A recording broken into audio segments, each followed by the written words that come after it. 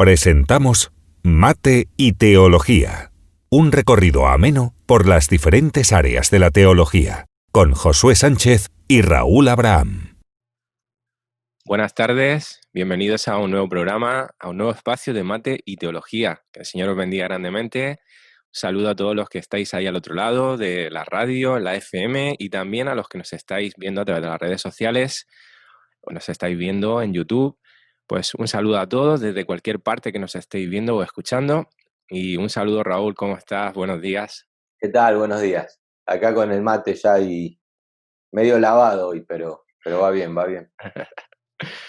Pues ¿Qué yerba conseguís ahí en Cartagena? Taragüí se llama o algo así. Tarahui, Taragüí, sí, es en de Mercadona. Mercadona. Claro, sí. Mercadona vende solo la Tarahui, pero si vas al Carrefour tenés más variedad. Hay una que venden en las tiendas de árabes que lleva mezclada con menta, está muy rica también. No recuerdo, Sí, ¿no? Está muy buena. la usan para otra cosa también. Sí, no sabía. Bueno, pues vamos a estar hablando del arrebatamiento. Vamos a continuar porque en el programa de ayer empezamos a desarrollar el tema. Como sabéis, estamos hablando de escatología bíblica. Pues vamos a seguir con el tema del arrebatamiento y nos va a dar para algunos programas más. Posiblemente hoy vamos a tocar una doctrina que tiene que ver directamente con este acontecimiento, con el arrebatamiento por algo que se cree, que nosotros entendemos que no es bíblico, y vamos a estar desarrollándolo hoy porque infunde temor a la iglesia, ¿no? Entonces, esto se llama el traslado parcial, también conocido como el arrebatamiento parcial. Y viene a ser, así por definirlo muy brevemente, que la iglesia será trasladada en partes. Digamos que una parte de la iglesia se va en el arrebatamiento y la otra queda en la tribulación, en la gran tribulación, pobrecitos. Y entonces vamos a hablar un poquito, pues en los textos en los que estas personas que creen en esto se basan y cómo no es bíblico, ¿no? Porque al final va en contra de otras doctrinas principales, fundamentales de la Escritura. Si quieres, Raúl, leemos ya algunos textos. Y Sí, correcto, lee el que... Sí, Lucas 21, por ejemplo, que es el que más... Vale, yo estoy acá buscando, dame un segundo que busco acá un pequeño gráfico y ya está, ahí lo tengo, para luego compartirte pantalla también. Dale nomás, léelo, vale. Te lo pongo en pantalla, si no, mira, vale, te lo pongo. Vale. Sí, que lo puedan leer nuestros amigos también. Vamos a situar entonces primero lo que es arrebatamiento, antes de que lo leas. Da un poquito un resumen también del programa anterior, antes de leer. Habíamos dicho que sí, que la palabra arrebatamiento solamente aparece en Primera de Tesalonicenses 4:17 con referencia a la iglesia. La palabra griega es harpazo, que significa arrebatar, raptar, y decíamos que era esta flecha que tenemos aquí para arriba, que no hay señales previas del arrebatamiento, sino que es algo inminente. Y algo muy importante que no sé si dijimos es que en el arrebatamiento Cristo viene como novio a buscar a la novia. En la segunda venida, que era el otro evento del cual estuvimos haciendo diferencia, Cristo viene como juez a juzgar a las naciones, ¿no? Entonces veíamos cómo en ese suceso del arrebatamiento hay una doctrina que vamos a explicar ahora que habla de que se va una iglesia y se queda otra iglesia, ¿no? Se va la iglesia que ora, que ayuna, que busca, que predica, y se queda la iglesia tibia, como ellos suelen decir. Entonces vamos a estar hoy junto con el texto que vas a leer, explicando bien esos textos que se suelen usar, y sí volver a repetirle al oyente que diferencia entre lo que es arrebatamiento y segunda venida. Que como bien leímos, arrebatamiento es la iglesia se encuentra en el aire, segunda venida Cristo pone los pies en la tierra. Y ahí es donde todo ojo le verá. Entonces te pongo el texto si querés. Lucas 21:36. Léelo. Ahí tenemos las dos palabras claves que se suelen usar, velar y esperar. Y ese pasaje es problemático entre interrogación porque depende de cómo uno lo interprete, si es problemático o no. Sí. Y que habíamos hablado, algo importante, Primera de Tesalonicenses 4:18, que el arrebatamiento es motivo de aliento, alentados unos a otros con estas palabras, dijo Pablo, y no motivo de temor. Así que ahí está tu texto, que me decías recién. Mira, decía lo que era un poco el traslado parcial, pero no he dicho el por qué creen en eso. básicamente creen que la iglesia que será arrebatada, en el arrebatamiento, es decir, la que será llevada primero, no la que quedará, es aquellos grupos de cristianos que están velando y esperando al Señor, por las dos palabras que acabas de poner ahí, es decir, los que están espiritualmente en condiciones, que están bien. Y los que están más tibios, la iglesia que está un poquito más débil espiritualmente, será la que pasará por la gran tribulación. Bueno, ahora vamos a ver que esto no es bíblico, pero vamos a ver los versículos que ellos sostienen para defender esa doctrina. Lucas 21:36 es uno de ellos, leeremos también la parábola de las 10 vírgenes y algunos más.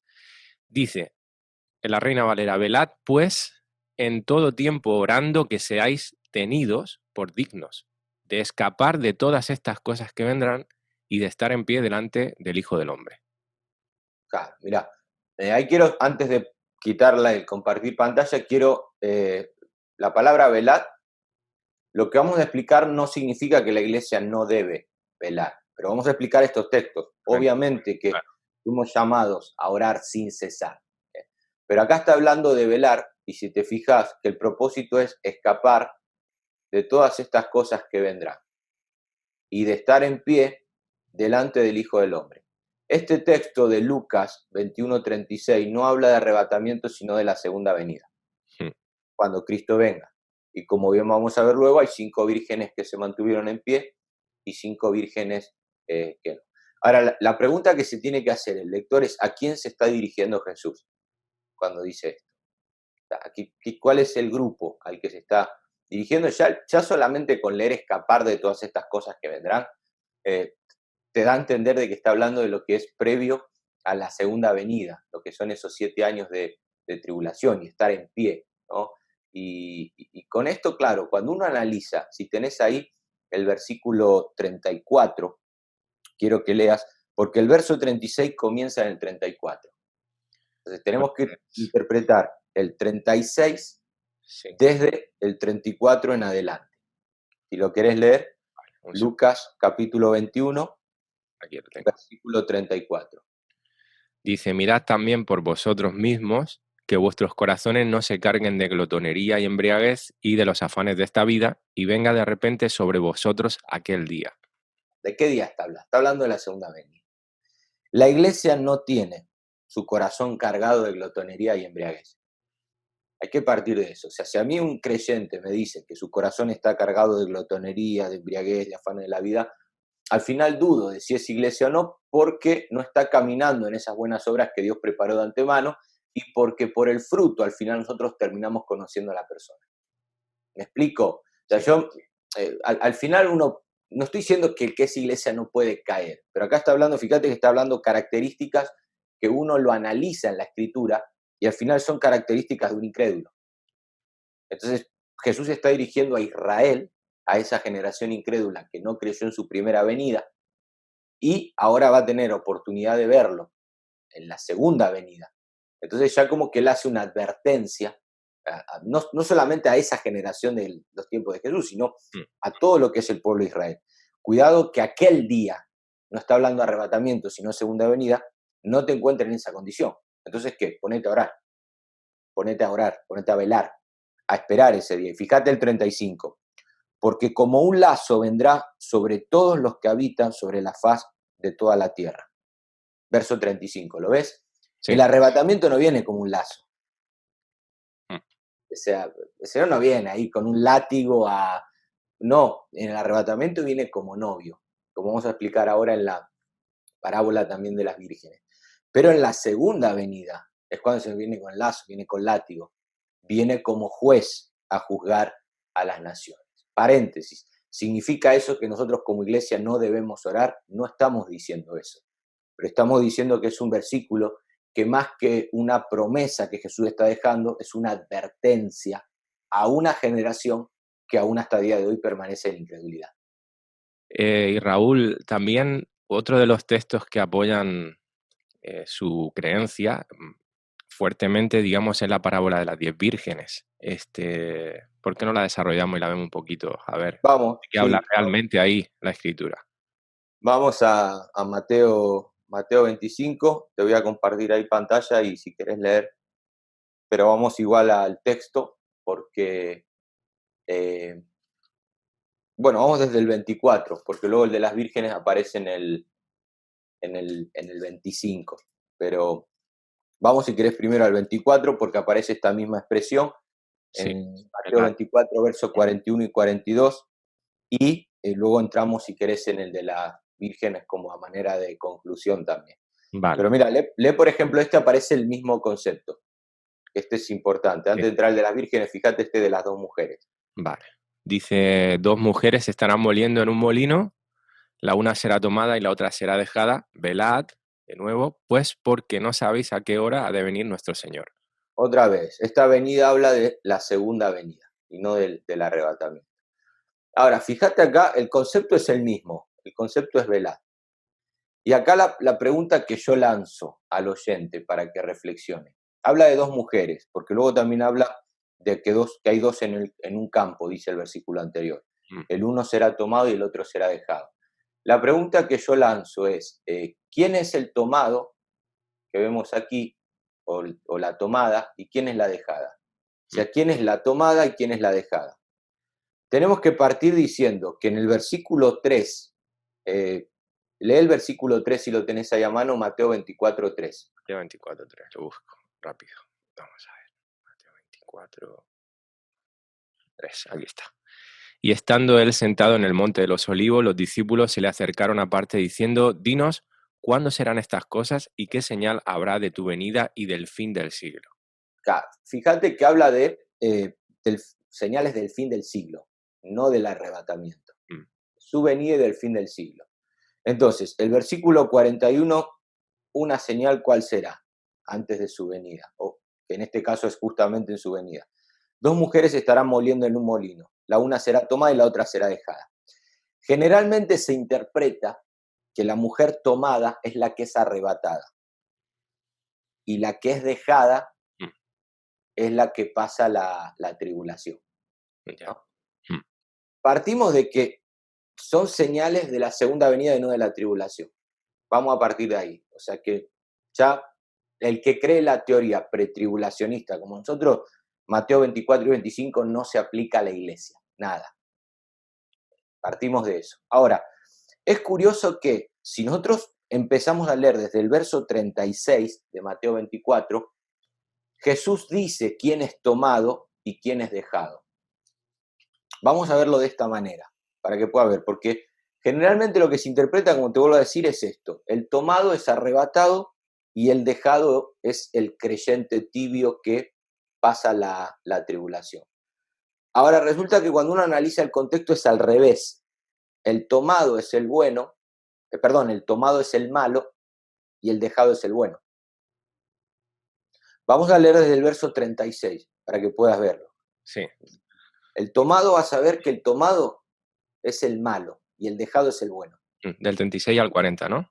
Sí, que generalmente se interpreta al revés. Se dice que el tomado es el bueno, que es arrebatado, y el dejado es el malo, que queda en la tribulación. Lee el 36. Sí, dice, pero del día y la hora nadie sabe, ni aún los ángeles de los cielos, sino solo mi Padre.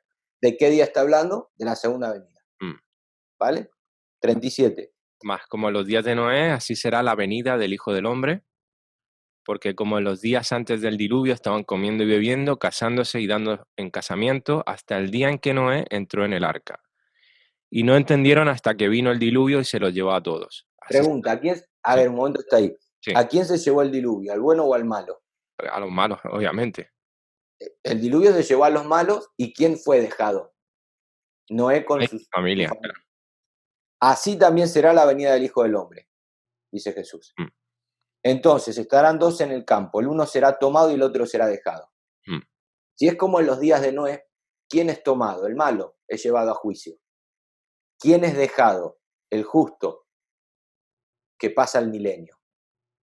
¿Te das cuenta cómo es al revés? Sí. 2 mujeres estarán moliendo en un molino. La una será tomada para ir a juicio y la otra será dejada. Sí. ¿Para qué? Para pasar al milenio con este cuerpo, como estaremos viendo cuando expliquemos el milenio.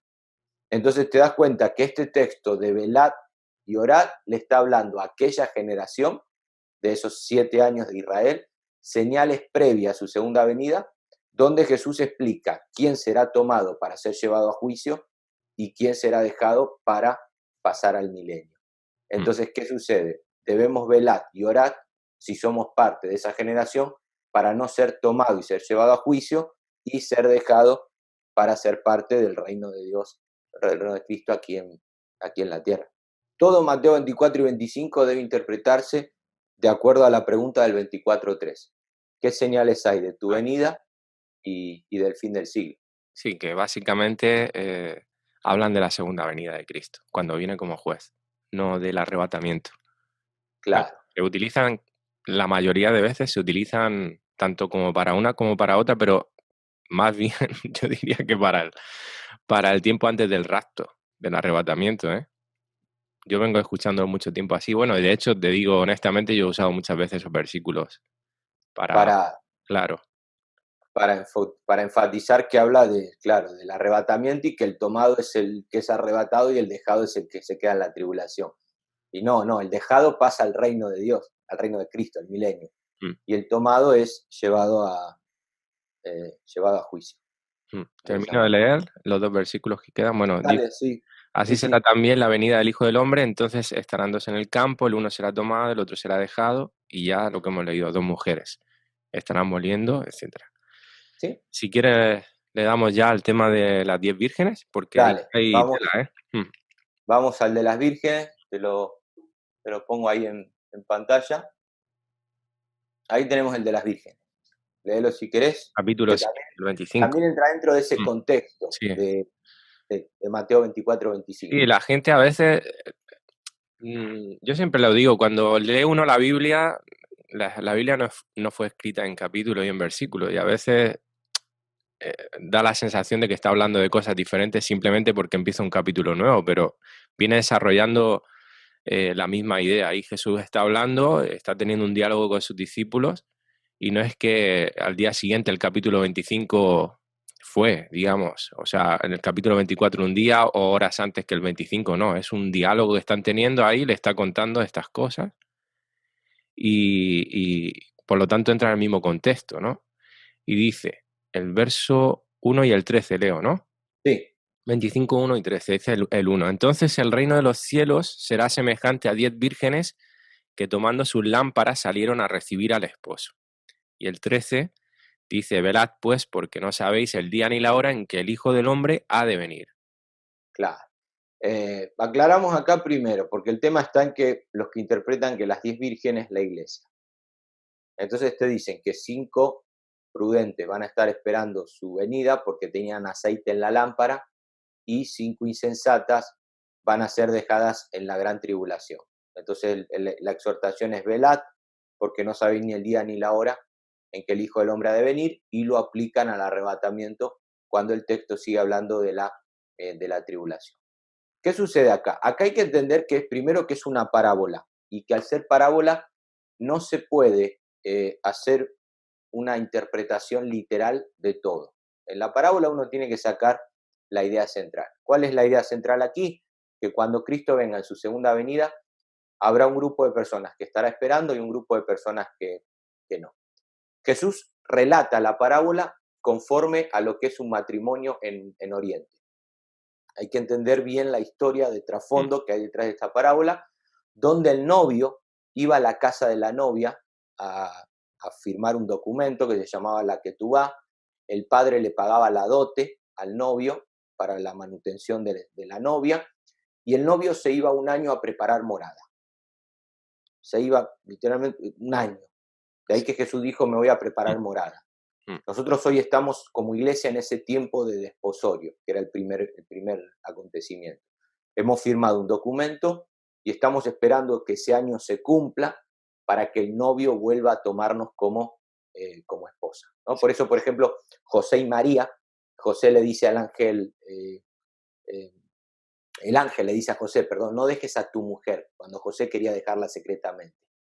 No era un matrimonio consumado. Estaban en ese tiempo de desposorio donde habían firmado un documento y para la sociedad, para el pueblo, ya eran marido y mujer, a pesar de que no era un matrimonio consumado, ¿no? Sí. Entonces, el primer paso era el desposorio. El novio iba un año a preparar morada. El segundo paso eran las fiestas, que podían durar hasta una semana, si tenían poder adquisitivo, ¿no? El tercero eran los votos y el cuarto era la consumación del matrimonio. Nosotros hoy estamos en el tiempo de desposorio. Las fiestas van a ser en las bodas del Cordero, que es en el cielo, y lo que está hablando Mateo 25 aquí es de los votos, donde había vírgenes, o sea, mujeres doncellas, que literalmente con lámparas que en aquel tiempo se encendían con aceite, esperaban al novio y a la novia para entrar a la ceremonia. Entonces, la ceremonia sería el milenio. Cuando Cristo venga con su novia, la esposa, después de haber celebrado la fiesta, que es la boda del Cordero, Sí. habrá personas que, como esas vírgenes, estarán esperando su venida para entrar a la ceremonia, que es el milenio, y habrá personas que no van a esperar su venida, que son las 5 vírgenes insensatas, que en sus lámparas no había aceite. El problema es que muchos leen vírgenes, iglesia, aceite, Espíritu Santo, 10, y empiezan a hacer una interpretación con versículos que dentro del contexto no habla de eso. Lo mismo, por ejemplo, versículos más abajo, y ahora te voy a compartir de otras versiones, para que veas cómo se traduce ese versículo 1 del capítulo 25.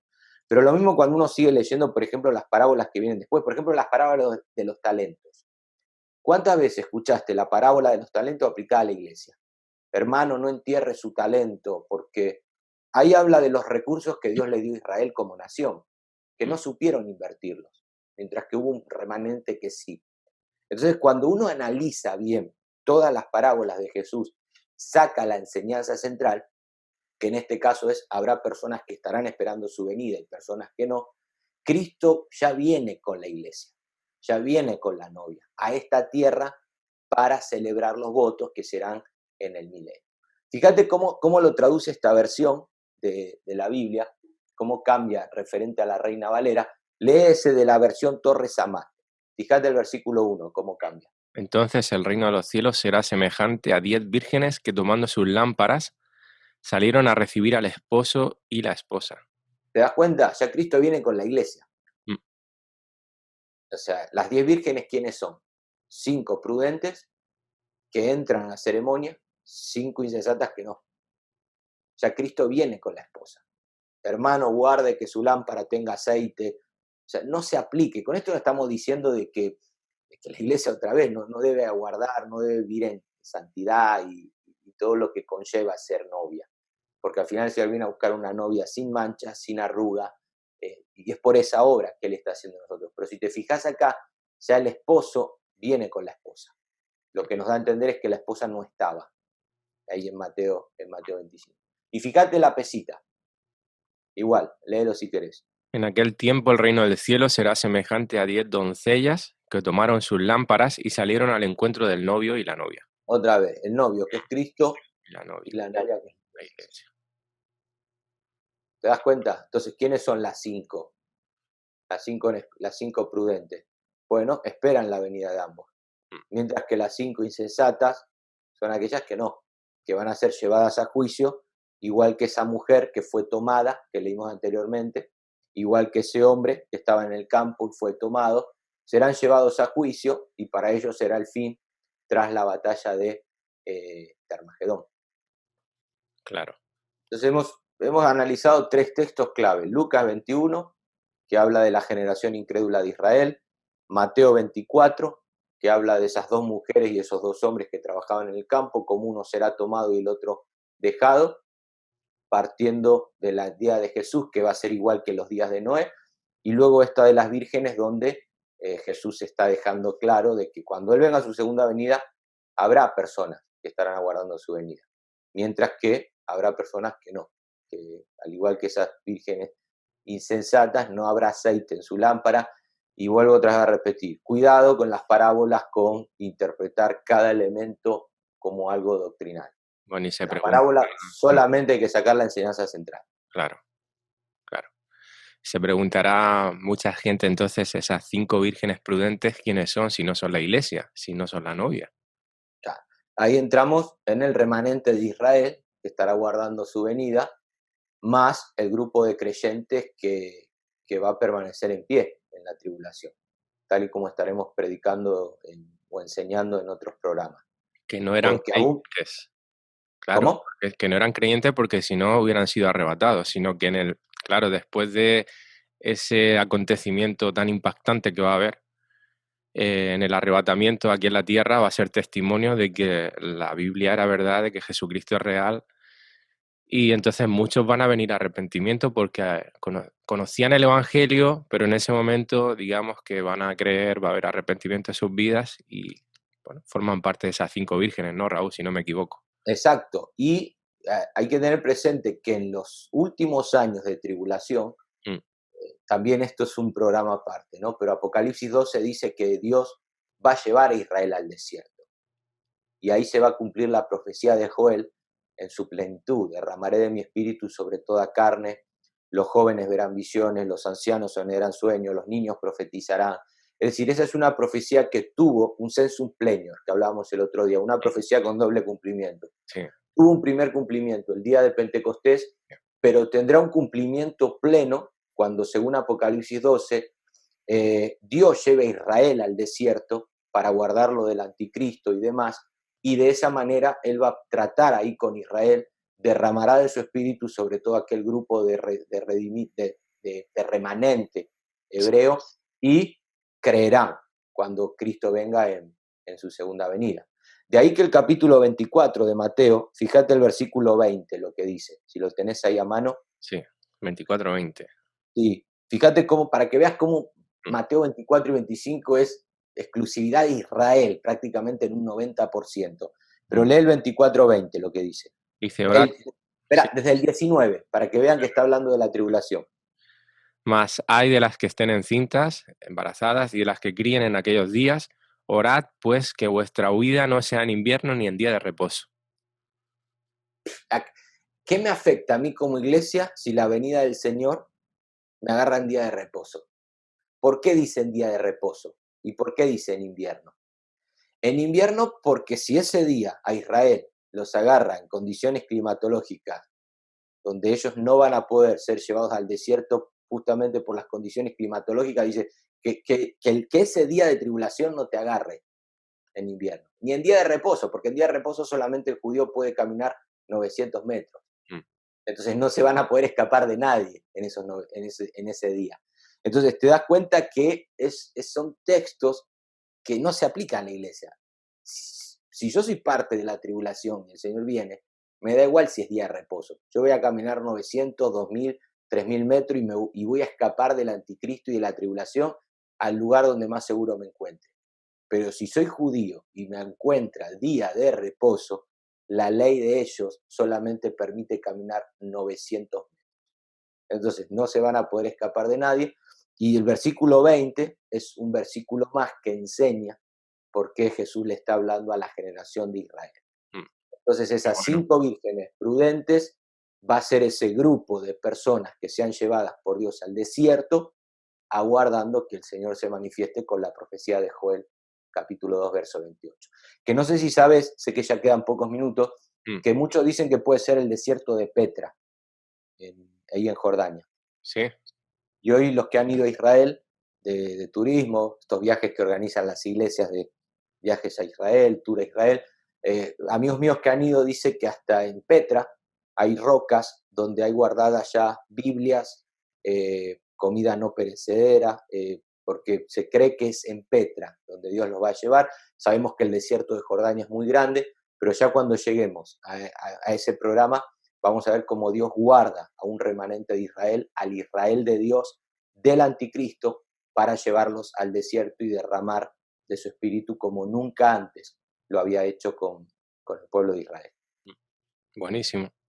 Pues ya lo dejamos, Raúl, como tú decías, queda muy poco. Prácticamente ya tenemos que estar acabando y vamos a tener que continuar en el siguiente programa hablando de todo esto, desarrollando el tema del arrebatamiento y todo esto del traslado parcial. Todavía nos queda algo por ahí que tocar. Animar a nuestros amigos, a nuestros oyentes, a que si no han visto el resto de programas, que están disponibles ahí para escucharlos y para verlos también, y que pueden escribirnos cualquier duda que tengan al respecto en este correo que os dejamos aquí abajo. Os quiero recordar que Raúl escribió un libro hace ya un tiempo que se llama Lo que viene. Es un libro que está muy bien y pues lo podéis descargar en formato digital a través de Amazon para la aplicación Kindle, y también está en formato físico y a este correo que veis aquí abajo. Podéis pedirlo y os llega a casa sin ningún problema, ¿vale? Entonces, bueno, lo vamos a dejar ya, Raúl, ¿vale? Dale. En el siguiente programa seguimos hablando de estas cosas y esperamos que haya sido de bendición todo lo que hemos estado hablando y que hayamos traído claridad al respecto, ¿no? De las escrituras y de todo esto. Que el Señor os bendiga y nos vemos Chao. pronto. Chao. Chao, chao.